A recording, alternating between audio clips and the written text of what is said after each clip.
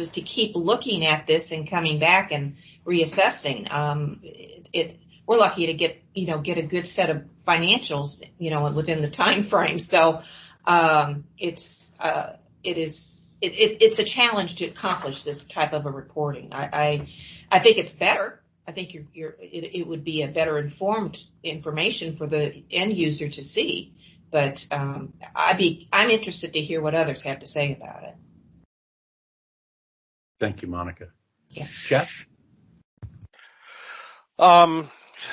Yeah, I have a lot of mixed emotions when it comes to this, and I do remember, Dean, when 34, I was around when 34 was being deliberated, and this part of it was the various iterations of 34 was somewhat controversial at the time.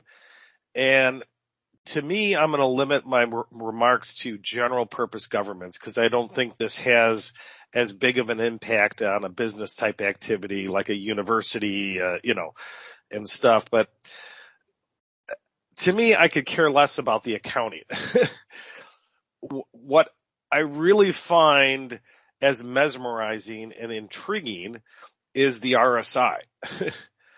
and I think about, as a general citizen, what's most important to me as a citizen of a general purpose government? Well, it's how are we managing our infrastructure, right? And what's our policy? How are we assessing the condition of roads, bridges, other major infrastructure pieces? That maintenance is a very big, important part of managing that infrastructure. And I personally find the information, very helpful, as long as it's done objectively using general standards, i.e. AASHTO, the Association of Highways, whatever that is, excuse me. But the challenge I'm wrestling with here is we clearly got to the point back then that we thought it wasn't essential in the terms of being included in the basic financial statements, that it was part of RSI.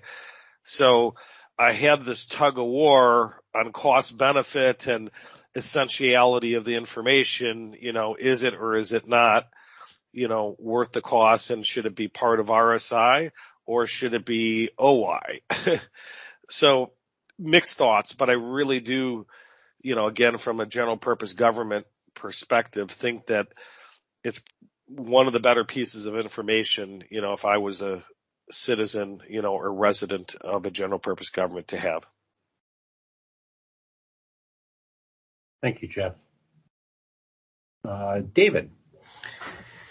I really don't have a lot of comment on this. I just have not had one client to do the modified approach. I think a lot of people might have stuff on their GIS map, but can they really keep up with the repair and maintenance cycle that is required? Look at our roads that are out there in America. None of them are being usually kept up to that cycle. So even if someone has a good mapping system, they don't always have the resources or the ability to keep them in that pristine condition. So really no comment for me. Thank you, David. Kristen? I don't really have a whole lot to say about this statement. We are fortunate in that the city owns our building, and that's our only infrastructure, so it's not a statement that we have had to work very closely with. And being a local government, I'm very glad for that because it looks very daunting, and I agree with Monica that it looks like it requires more than it's worth. I would just say depreciate it and move on. I think that's pretty much it. I think it would require too much administrative work to be able to do this modified approach. And Dean, can you clarify, what we mean by infrastructure under this standard? And, would you consider a building to be infrastructure under this?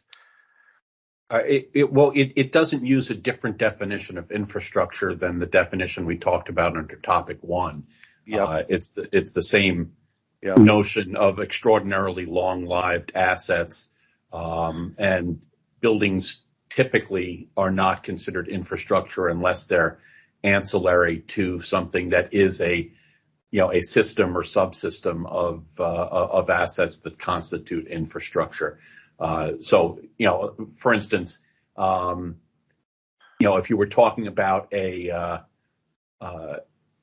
mass transit system, a subway system, the headquarters of the subway system would probably not be considered ancillary to their system, whereas the stations would be ticketing booths or something that are connected to their stations. Probably would be toll facilities on a toll road. Probably would be considered buildings that are ancillary to the infrastructure, but more traditional office buildings and things like that generally wouldn't be considered to be infrastructure. Thank you. At least under our standards. And let me make that clear, because I understand what Mary was saying before too about the definition as it's applied here and the different ways that people look at that notion of what constitutes infrastructure in non-accounting contexts. Deanne.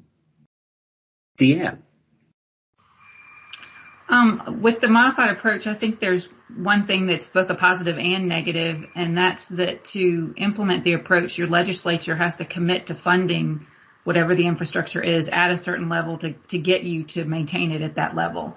So that's a great thing if they will, but they won't often do that. And so I think that's a negative to the whole process, is that I think it's difficult to get them to do that. Like I said before, Virginia, we own all of our roads, and so that's a huge system. And I don't think we've ever been able to go to that and say, will they maintain it at a certain level? Because maintenance is often the first thing that goes. And so nobody wants to commit to that because you can stop it and nobody notices for a while. So I think that that's probably the biggest, again, positive and negative, because if you could get them to commit, then you are getting your assets maintained at a certain level, which is the gold standard of where we would like it to be. But I think that that's probably rare that they're willing to do that. Thank you, Deanne. Jerry. As you might imagine, no small government uses the modified approach. Not that I'm familiar with, and a lot of them that started to do that eventually changed. Even in the state of Tennessee, there's very insignificant use of the modified approach. I've never seen it used for anything except roads. I think it is more difficult to use the modified approach, for sure, for smaller governments. And so it's just simply not often used by local governments. I will add the caveat that in my judgment, it's much harder to audit the modified approach. And as Deanne said, people have great intentions when they start out on this and have all the right motives and in terms of just tracking. But it often doesn't turn out that way. And then auditors have to step in and bring some sense of, wait, we're not doing what the plan says, and that doesn't go over very well either. So a lot of times, and by the way, when I say a lot of times, there's been very few times that I've even seen this happen in a local government, but then they change their minds and say, we're not doing this. We can't do it. We thought we could, but we can't. And we're just going back to a simpler approach to depreciation. Thank you, Jerry. Tom? Not much to add on this one. We, as a BTA, we've not done this. It's been depreciation since we implemented 34. Right. Thank you, Tom. Mary?